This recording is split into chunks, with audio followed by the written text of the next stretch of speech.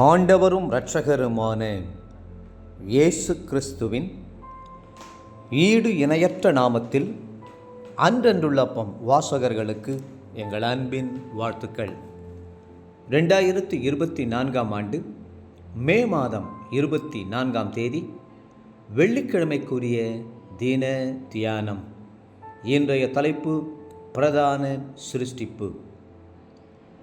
ஆதியாகமம் 1:29 சொல்கிறது, பின்னும் தேவன் இதோ பூமியின் மேல் எங்கும் விதை தரும் சகலவித பூண்டுகளையும் விதை தரும் கனிமரங்களாகிய சகலவித விருட்சங்களையும் உங்களுக்கு கொடுத்தேன், அவைகள் உங்களுக்கு ஆகாரமாய் இருக்க கடவது. கர்த்தருடைய எல்லா சிருஷ்டிப்புகளிலும் மனுஷனே மேன்மையான சிருஷ்டிப்பு ஆவான். காரணம், கர்த்தர் அவனை தமது சாயலாகவும் தமது ரூபத்தின்படியேயும் உண்டாக்கினார்.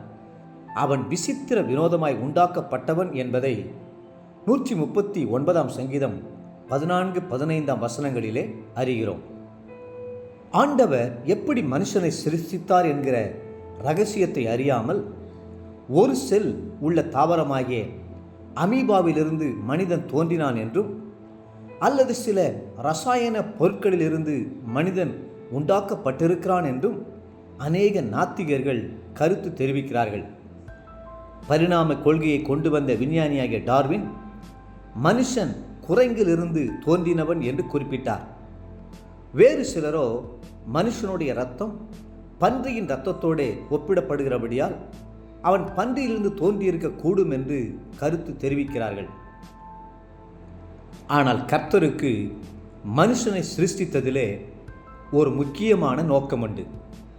அன்பில் பரிசுத்தம் உள்ளவர்களும் குற்றமற்றவர்களுமாய் இருப்பதற்கென அவர் உலக தோற்றத்திற்கு முன்னே கிறிஸ்துவுக்குள் மனுஷரை தெரிந்து கொண்டார். எபேசியர் 1:4. நித்திய தேவனுக்குள் மனுஷனை குறித்த நித்திய நோக்கம் மறைந்திருந்தது. மட்டுமல்ல, மனிதனோடு ஐக்கியம் கொண்டு மகிழ விரும்பி 7ஆம் நாளிலே மனிதனோடு ஓய்ந்திருந்தார். வாரத்தில் ஒரு நாளாவது நாமும் கர்த்தரோடு ஐக்கியம் கொண்டு அவரிலே களிகூற வேண்டும் என்று அவர் விரும்புகிறார். இதற்காகவே கர்த்தரோடு ஓய்ந்திருக்கும் ஆராதனை நாளை கர்த்தர் சிருஷ்டித்தார். 7ஆம் நாளை ஆசீர்வதித்து அதை பரிசுத்தமாக்கினார். ஆதியாகமம் 2:3. கர்த்தருடைய எல்லா சிருஷ்டிப்புகளை பார்க்கிலும் அவர் நம்மேல் வைத்த அன்பை நாம் உணர்கிறோம். நம்மை எண்ணி எண்ணி எவ்வளவு கனிவர்க்கங்களையும் மலைகளையும் பள்ளத்தாக்குகளையும் மலர்களையும் தண்ணீர்களையும் காற்றையும் சிருஷ்டித்தார் என்று எண்ணும்போது தேவன் அன்பாகவே இருக்கிறார் என்று நம்முடைய உள்ளம் கர்த்தரை போற்றுகிறது. 1 யோவான் 4:8. ஆம், நீங்கள் அன்பில் பரிசுத்தம் உள்ளவர்களும் குற்றமற்றவர்களுமாய் இருப்பதற்கு உலக தோற்றத்திற்கு முன்பாகவே உங்களை அவர் தெரிந்து கொண்டார். அவர் அன்பின் சொரூபி, ஜோதிமயமானவர், மனதுருக்கம் உள்ள தேவன்.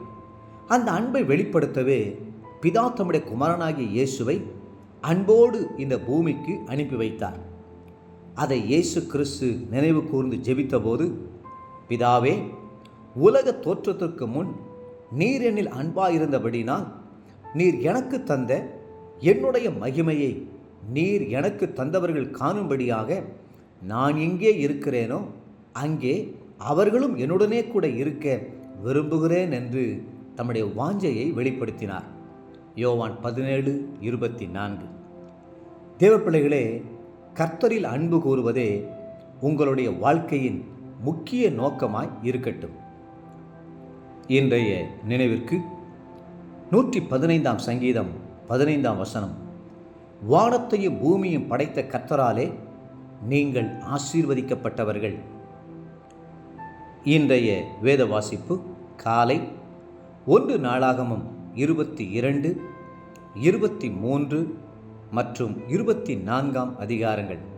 மாலை யோவான் 8ஆம் அதிகாரம் 28 59 வசனம் முடிய.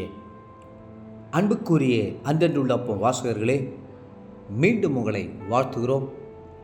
தேவன் உங்களில் மிகவும் அன்பாயிருக்கிறார். நீங்களும் தேவனில் அன்பு கூறுங்கள். கர்த்ததாமே உங்களை ஆசீர்வதித்து மென்மேலும் உயர்த்துவாராக. ஆமென்.